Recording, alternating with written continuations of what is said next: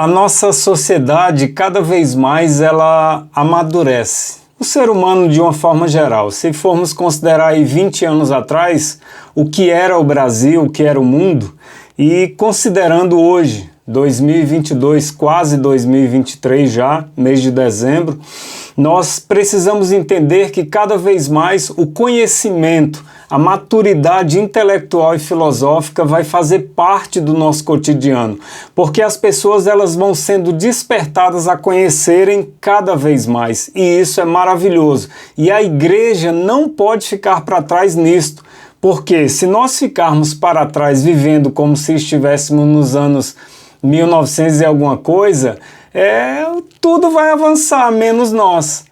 Mas isso não tem acontecido, pelo contrário, a igreja, pessoas que congregam, pessoas que se dizem cristãs, elas têm se levantado para falar, dando voz também àqueles que participam da igreja enquanto instituição. As filosofias políticas, os pensamentos, os conceitos políticos, eles estão presentes na nossa vida e o liberalismo é um deles.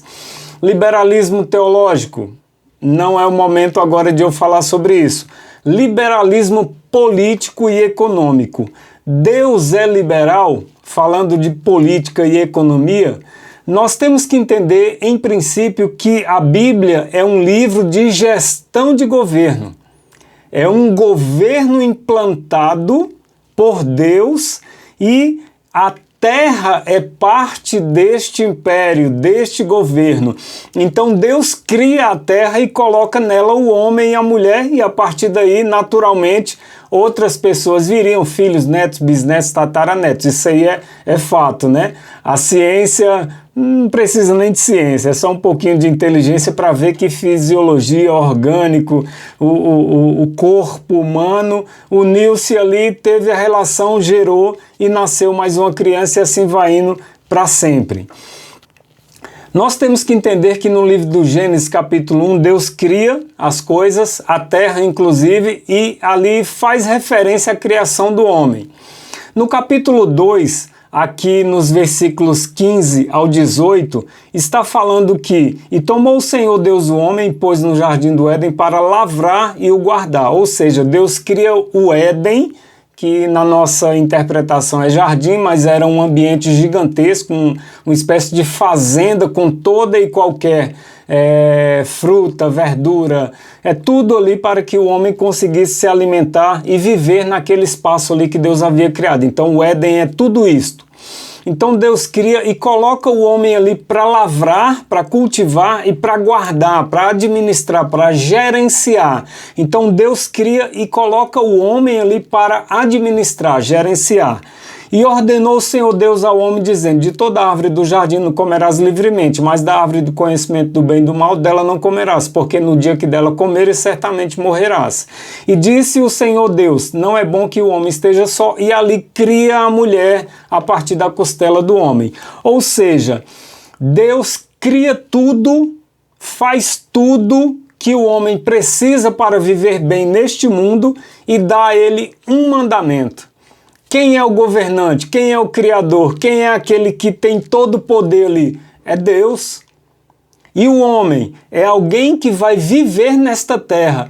Quantos mandamentos Deus dá ao homem e à mulher? Não coma do fruto daquela árvore. Um mandamento. Ou seja, Deus é governo e dá um mandamento, uma ordem apenas para o casal ali no Éden.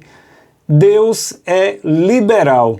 A partir dali, a questão governamental, Deus deixa por conta do homem e da mulher para que eles gerenciem, administrem as coisas aqui neste mundo. E a questão econômica, financeira, Deus ensina a eles como eles devem fazer e proceder para que eles prosperem ali, para que eles vivam bem. Ou seja, a questão política, governamental, política administrativa, Deus dá uma ordem apenas. Deus não criou uma Constituição com 1 milhão de mandamentos aí, de artigos, de ordenanças. Não, Deus deu uma ordem só e deixou que eles prosperassem, que eles tivessem ideia, colocassem em prática, investissem ali, tirassem daqui, colocassem acolá. Então Deus deu liberdade ao homem, política, governamental, gerencial, administrativa e financeira, econômica, social. Ou seja, Deus deixou que o casal vivesse, tivesse filhos, netos, bisnetos e eles se adequassem às realidades do dia a dia.